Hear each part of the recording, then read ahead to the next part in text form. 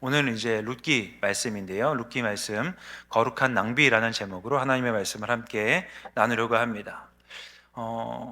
생각해 보면 그동안 함께 나누었던 룻기 말씀 다 잊어버리셨을 것 같아서 잠시 이제 말씀을 정리를 하고자 하면, 룻이 이제 모압 여인으로서 베들레헴으로부터 왔던 시어머니, 그리고 그 가족들과 함께 살았었는데 그 가정에 큰 불행이 찾아왔습니다. 시아버지부터 시작하여서 그 아들 2명까지 다 갑작스러운 죽음을 갖게 되었고, 갑자기 그렇게 모든 가족들이 죽어가는 가운데 시어머니와 2며느리만 그곳에서 살 수밖에 없었던 그런 삶의 현장이었다는 것을 저희가 살펴보았었습니다. 이제 그곳에서 계속 살기가 어렵기 때문에 시어머니인 나오미는 다시 고향으로 돌아가기로 결정하였고, 며느리인 오르바는 고향으로 모압으로 다시 돌아가는 결정, 그리고 룻은 다시 시어머니와 함께 고향으로 돌아가는 시어머니와 함께 이제 고향인 베들레헴으로 돌아왔던 것을 보게 되었습니다. 그곳에서 이제 어떻게 살아가야 될까 하는 그런 어려움 가운데서 룻이 하나님의 인도하심 가운데 보아스라고 하는 사람의 밭으로 일을 하게 되었고, 그곳에서 일을 하면서 누구도 감히 상상할 수 없을 만큼 하나님의 큰 은혜를 경험했던 일들을 이제 룻이 경험합니다. 무려 보통 하루를 다 일을 해도 얻을 수 있는, 최대한 얻을 수 있는 그 무게의 17배, 약 17kg 정도 되는 보리 이삭을 이제 룻이 보아스의 밭에서 얻은 다음에 가정으로 돌아갔을 때, 시어머니인 나오미는 룻이 가져온 그 보리 이삭을 보고 눈이 크게 뜨게 되었다는 것을 저희가 함께 살펴보았었고요. 나오미는 이제 룻이 보아스로부터 얻었던 그 은혜를 보면서 하나님이 이 보아스를 통하여서 우리 가정을, 그리고 특별히 이 룻을 구원하기를 원한다라는 말을 하였던 것, 그것을 우리가 함께 살펴보았었습니다.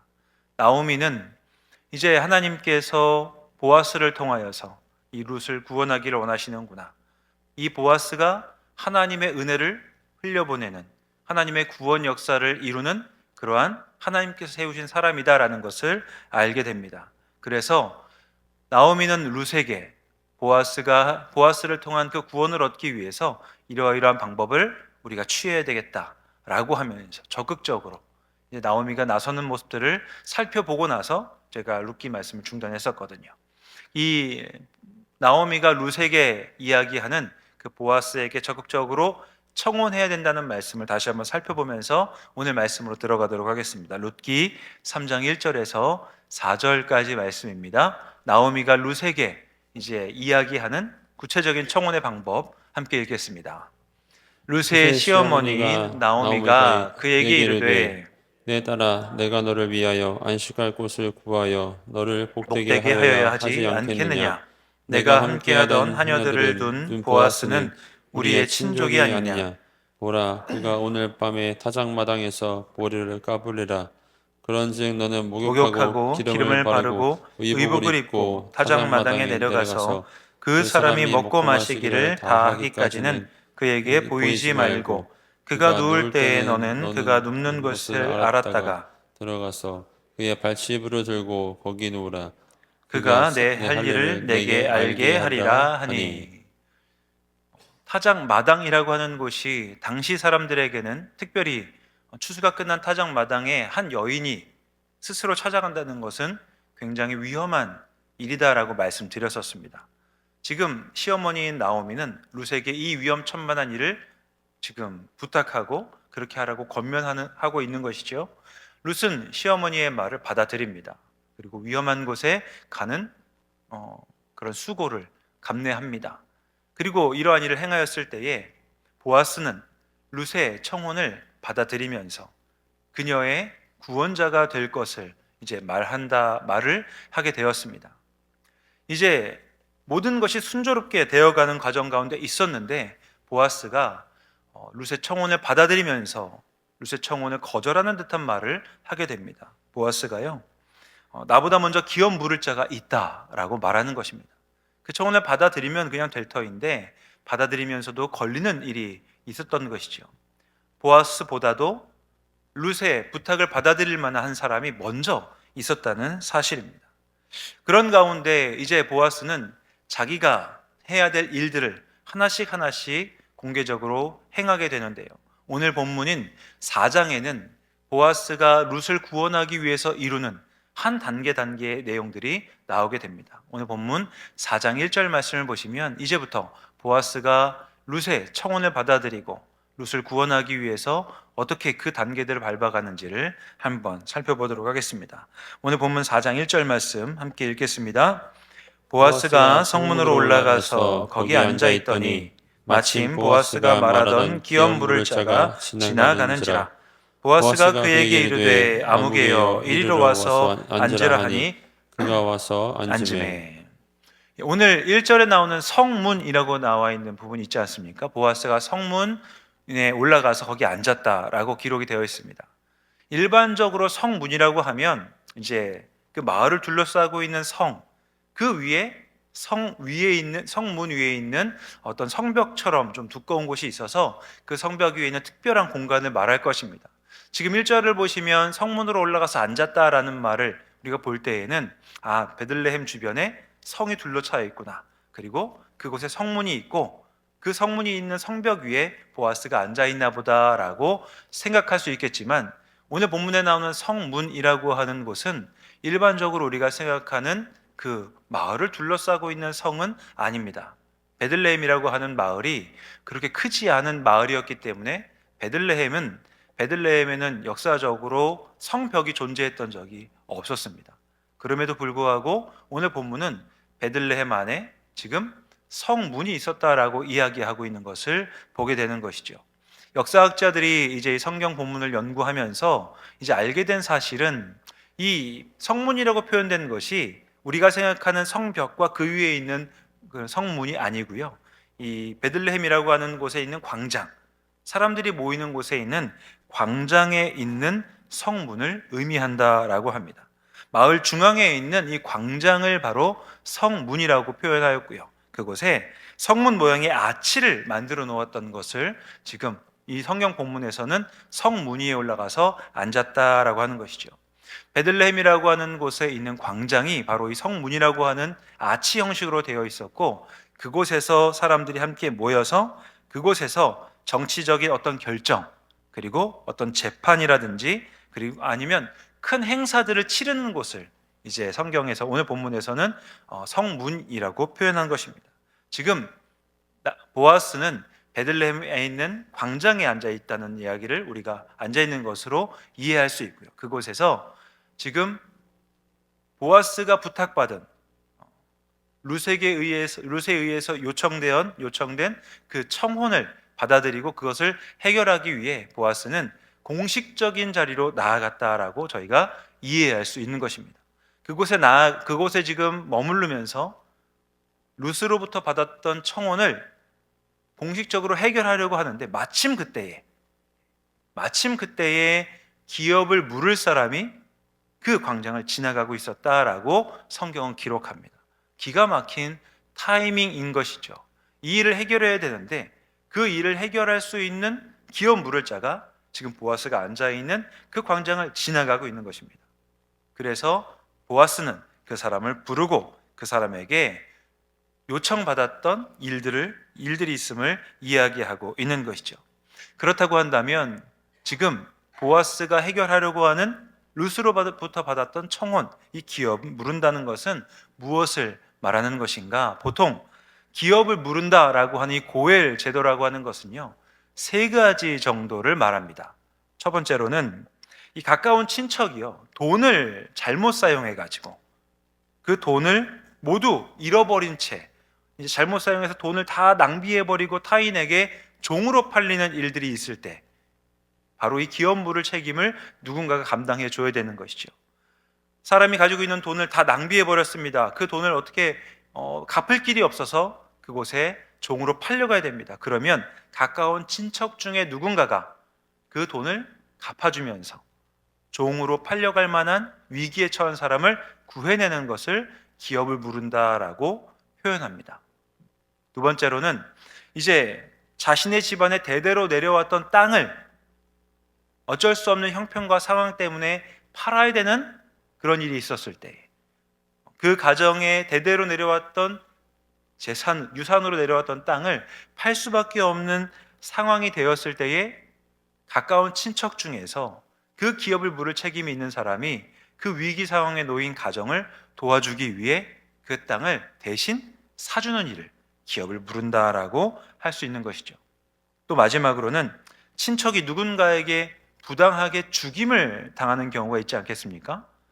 그러한 일을 만났을 때에 이 친척의 그 원한을 갚아주기 위해서 대신 친척들과 함께 그 복수를 해주는 일도 기업 무르는 일에 속하는 것으로 이제 이스라엘 안에 있는 기업 물을 제도를 저희들이 이해할 수 있습니다. 돈에 의한 문제가 생겼을 때에, 땅을 팔아야 되는 그런 어려움이 있었을 때에, 가까운 친척이 억울하게 죽임을 당했을 때에 가까운 친척은 그 일들을 다시 해결해 줘야 되는 책임을 갖고 있었다라는 것이죠. 오늘을 살고 있는 우리에게는 좀 생소한 내용이기도 합니다.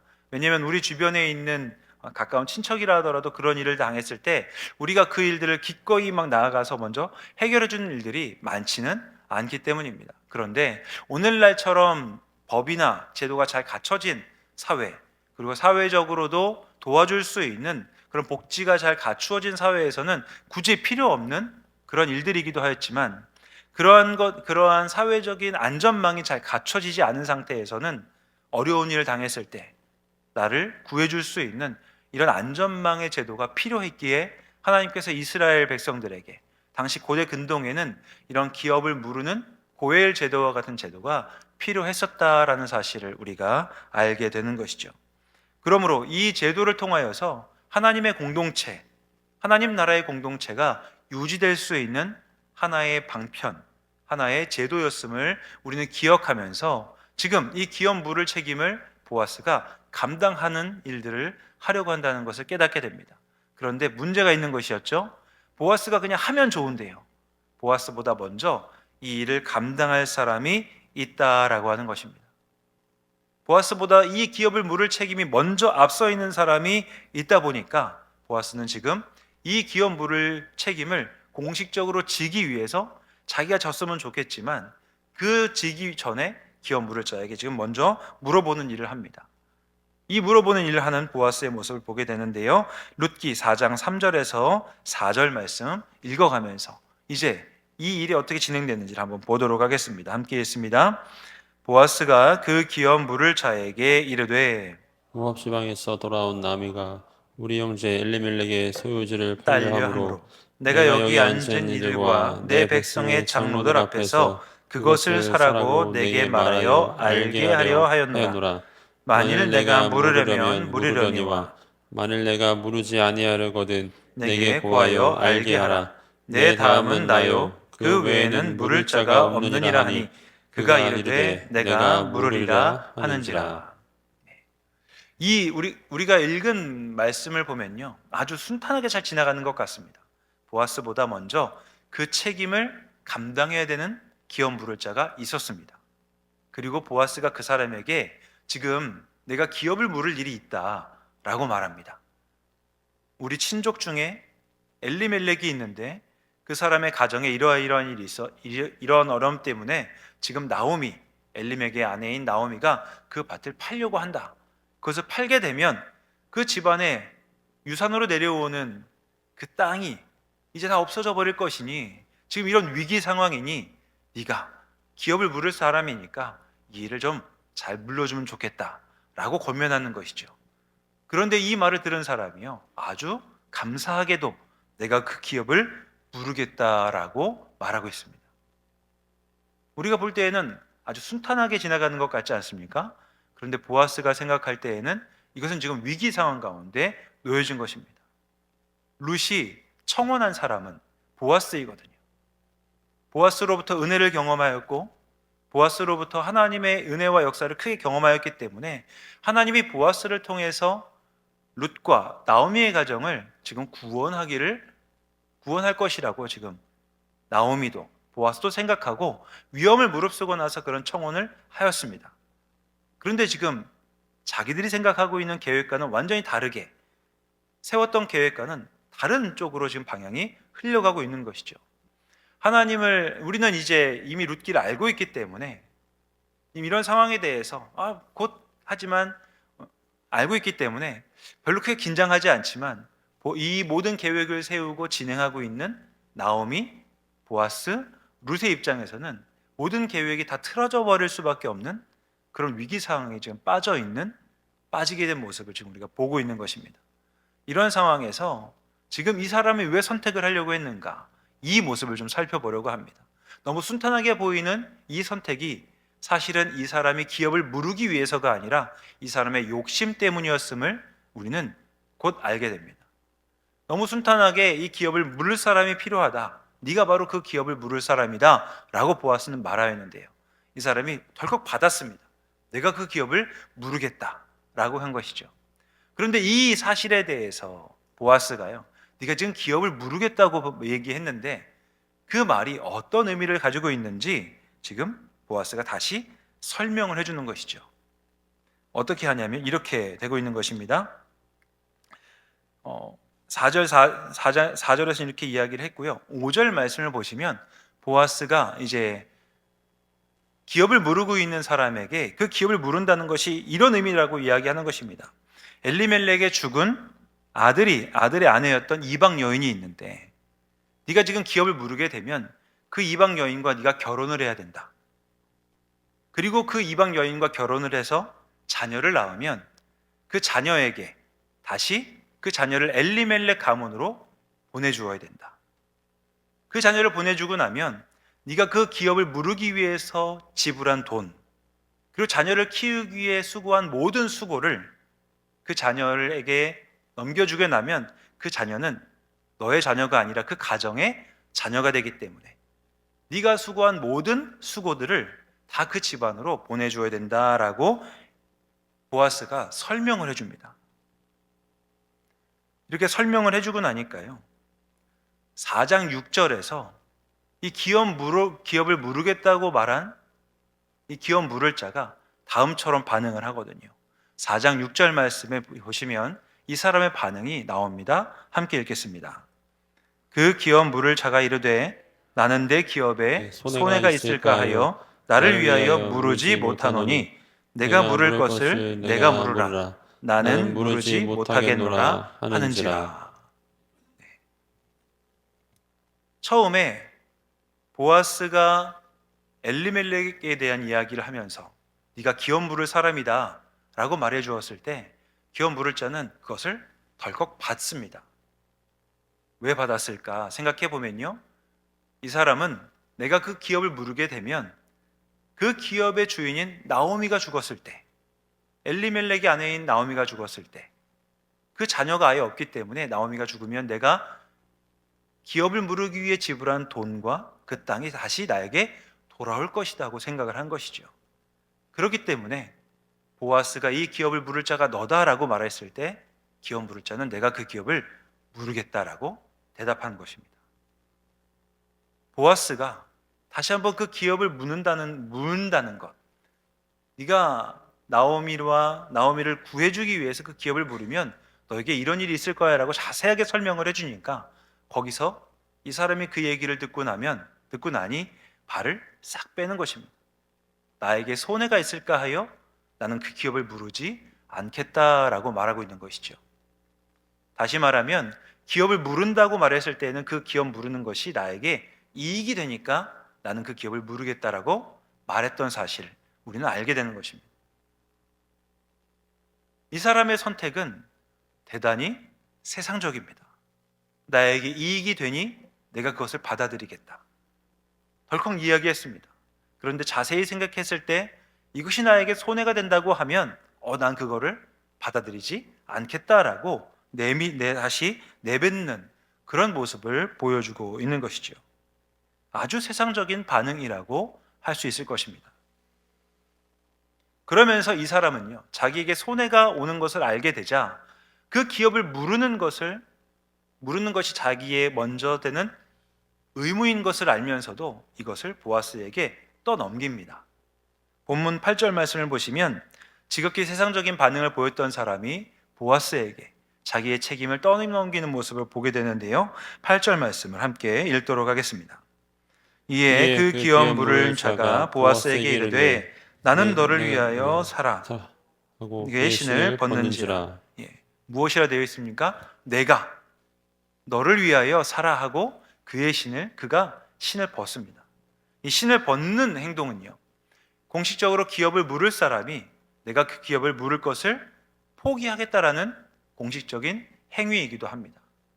그러면서 이 사람이 하는 말은 참 계산이 빠른 모습을 보여줍니다. 자기는 손해라고 해서 손해일 것을 알기 때문에 기업을 무르지 않겠다라고 말하면서도 8절에서 이 사람이 무엇이라 이야기를 하였습니까? 너는 너를 위하여 살아라고 말하고 있는 것이죠. 자기에게 손해되는 것이니까 나는 사지 않겠지만 너는 그 기업을 무르겠다고 네가 이야기했으니 손해를 감수하고서라도 너를 위해서 사는 것이 좋겠다라고 하며 이 사람은 공식적으로 자기의 기업 물을 책임을 포기하는 행동을 하고 있습니다. 자신이 감당해야 된 책임을 감당하지 아니하고 보아스에게 자기가 감당할 책임을 떠넘기는 행동, 이 행동은 동방에서 당시 고대 근동에서는 대단히 수치스러운 일이었습니다. 왜냐하면 자신이 감당해야 될 책임을 다른 사람에게 떠넘기는 행위이기 때문입니다. 이런 수치를 이 사람이 감당하면서도 자기가 그것을 감내하면서도 모든 기업 물을 행동을 지금 보아스에게 떠넘기는 이유는 무엇이겠습니까? 그 일이 손해이기 때문입니다.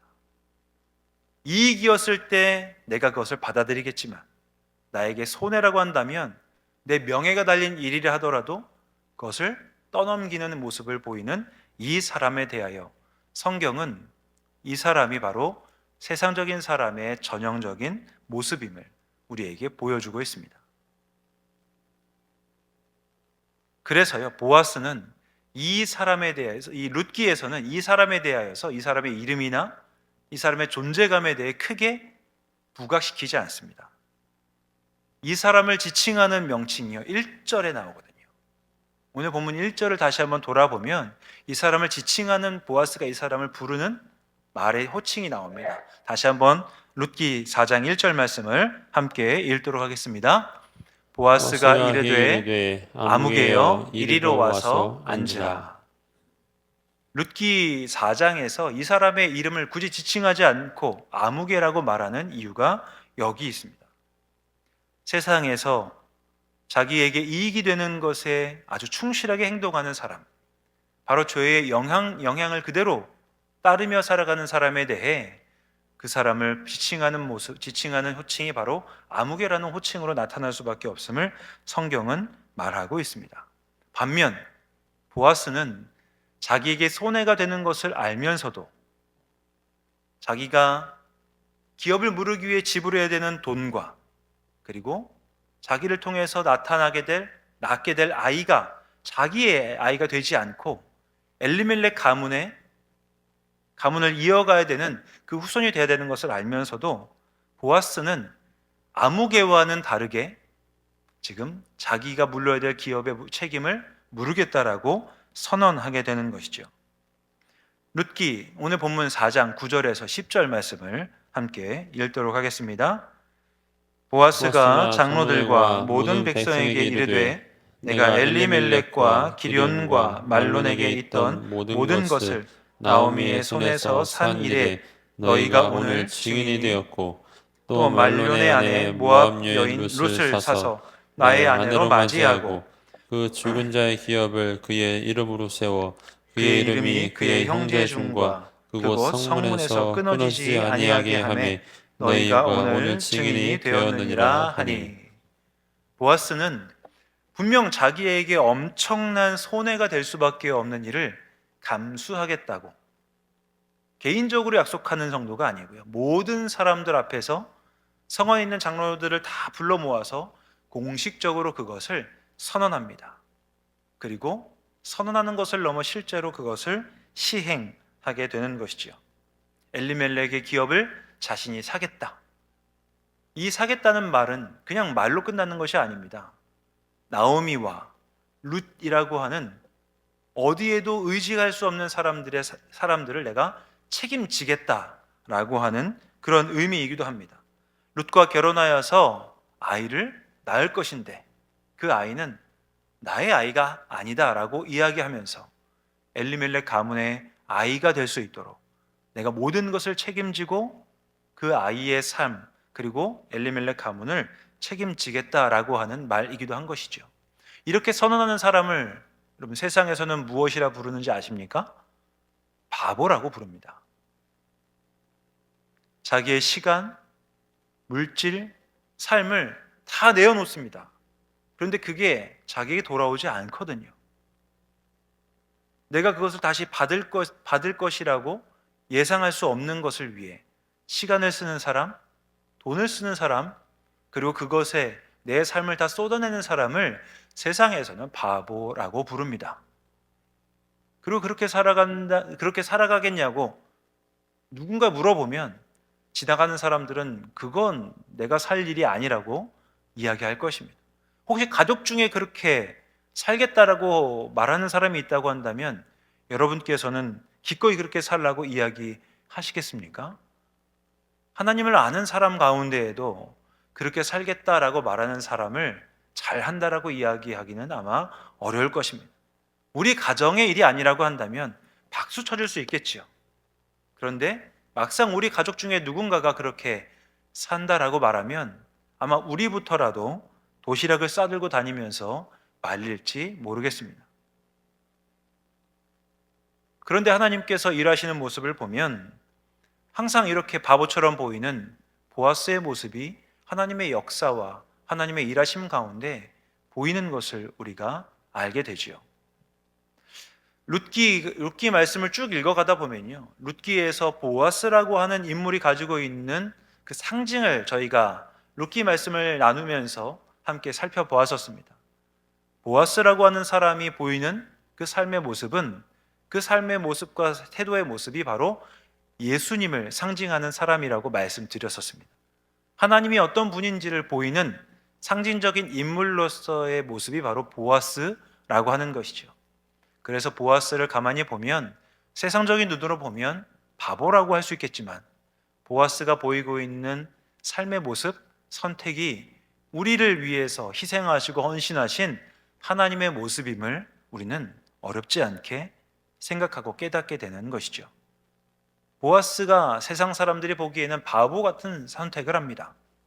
그런데 우리가 구원받고 우리가 하나님의 자녀로 살아가고 있는 모습을 볼 때에 그런 보아스의 모습에서 바로 우리를 구원하신 하나님의 모습을 보게 되는 것이죠. 그런 측면에서 룻기 4장 9절에서 10절 말씀은 이런 하나님의 모습을 보여주는 보아스의 고백이기도 합니다. 다시 한번 룻기 4장 9절에서 10절 말씀을 함께 읽도록 하겠습니다. 함께 읽습니다. 보아스가 장로들과 모든 백성에게 이르되 내가 엘리멜렉과 기리온과 말론에게 있던 모든 것을 나오미의 손에서 산 일에 너희가 오늘 증인이 되었고 또 말론의 아내 모압 여인 룻을 사서 나의 아내로 맞이하고 그 죽은 자의 기업을 그의 이름으로 세워 그의 이름이 그의 형제중과 그곳 성문에서 끊어지지 아니하게 하며 너희가 오늘 증인이 되었느니라 하니. 보아스가 한 희생, 섬김, 그리고 그가 치른 값어치의 내용이 우리를 구원하기 위해서 하나님이 이 땅에 치르신 값을 보여주고 있는 것처럼 보입니다. 예수 그리스도의 탄생, 예수님의 이 땅에서의 사역, 그리고 예수님께서 십자가에서 죽으시고 모든 것을 쏟아내신 피와 땀과 눈물, 그 모든 것이 바로 보아스가 한 이 고백 가운데 담겨 있는 내용임을 우리는 알게 되는 것이죠. 그런 면에서 보면 우리 교회 안에도 이런 보아스와 같은 섬김의 모습이 있었기 때문에 지금까지 우이동교회가 여기까지 오지 않았나라는 생각을 하게 됩니다. 이 자리에 계신 분들도 마찬가지 아니겠습니까? 우리가 하나님을 알고 하나님을 믿을 때에 내가 이만큼 하나님께 내어드리면, 내가 교회를 위해서 이만큼 섬기면 나에게 이것보다 더 많은 이익이 돌아올 것이라고 생각해서 교회를 섬기시는 분들이 많지 않음을 우리는 알게 됩니다. 교회가 지금까지 여기까지 올 수 있었던 것은 내가 하나님을 향해서 내어드리는 시간과 물질과 삶이 나에게 돌아오지 않는다 하더라도 내가 하나님께서 주신 은혜에 감격하여서 그 은혜에 감격하여 하나님을 향해 내어드렸던 때로는 우리의 물질과 우리의 시간과 우리의 삶이 하나님이 이 땅 가운데 사람을 구원하는 역사의 도구였음을 우리는 깨닫게 되는 것이지요. 바로 교회를 돌아볼 때에 우리 교회에서 매주마다 일어나는 섬김과 봉사의 자리를 볼 때에 우리는 룻기에서 나타나고 있는 보아스의 고백이 오늘날에도 반복되고 있는 것을 우리는 어렵지 않게 깨달을 수 있게 되는 것이죠. 예배를 위해서 준비하시는 손길들, 그리고 예배가 마치고 나면 우리가 함께 식사할 수 있도록 돕는 손길들, 예배의 자리에서 함께 하나님께 올려드리기 위해 찬양을 준비하는 그 손길들과 내용들, 그리고 우리 눈앞에 보이는 사람을 위해 그 사람과 함께 시간을 보내어주기 위하여서 나의 시간을 쓰는 모든 한 분 한 분의 모습들이 오늘날 룻을 구원하기 위해 보아스가 이 값어치를 치르는 이 값진 은혜요 그리고 헌신임을 깨닫게 되는 것입니다. 그런 측면에서 우리는 세상 사람들이 이해할 수 없는 바보와 같은 삶을 살고 있다고 하겠지요. 좌우 바라보시면서 이번에는 좀 이런 인사를 해보면 어떨까 싶습니까? 이런 인사를 해보면 어떨까 싶습니다. 당신은 바보입니다. 이런 인사를 한번 해보면 좋겠습니다. 예. 그런데 성경은 이렇게 바보같이 사는 보아스라고 하면서 하나님의 이 가문을 이어가는 귀한 통로로 사용하십니다. 하나님의 역사를 이루어가는 복된 통로로 살아가게 하신다라는 것이죠. 하나님은 그 사람을 바라보시고 그의 이름을 기억해 주신다는 것을 우리가 온 본문 말씀을 통해서 깨닫게 되는 겁니다. 우리가 하나님께 나의 시간을 내어드릴 때에, 하나님의 구원 사역을 위하여 나의 삶을 내어드릴 때에 하나님은 룻기 가운데 보아스의 이름을 기억하시고 그 보아스를 통해 오늘날 하나님의 사역들을 이루는 귀한 일들을 이어오신 것처럼 우리가 하나님 앞에 나와 예배드리고 헌신하고 살아가는 모든 삶의 자리에 우리를 바라보시면서 오늘을 살아가고 있는 보아스로서 우리 한 사람 한 사람의 이름을 기억해 주실 것입니다. 그러나 우리가 하나님을 알고 믿으며 섬기면서도 세상 사람들과 똑같이 이익이 되는 것에는 나의 시간을 기꺼이 내어주려고 하지만 이익이 되지 않는 곳에는 그 발을 빼는 모습을 보일 때 우리가 하나님 앞에 나아갔을 때 하나님은 우리의 이름을 아무개라고 부르시는 그런 모습을 보이지 않으실까요? 오늘 말씀을 한번 생각해 보면서, 오늘 말씀을 준비하면서 이렇게 한 사람 한 사람 하나님이 바라보시는 사람이 어떤 존재인가를 생각해 보게 되었습니다. 하나님의 은혜를 아는 사람이 자신의 모든 것들을 내어놓는 바보 같은 삶을 살 때에 그곳에서 하나님 나라가 이루어지는 것들을 우리는 깨닫게 되는 것이죠.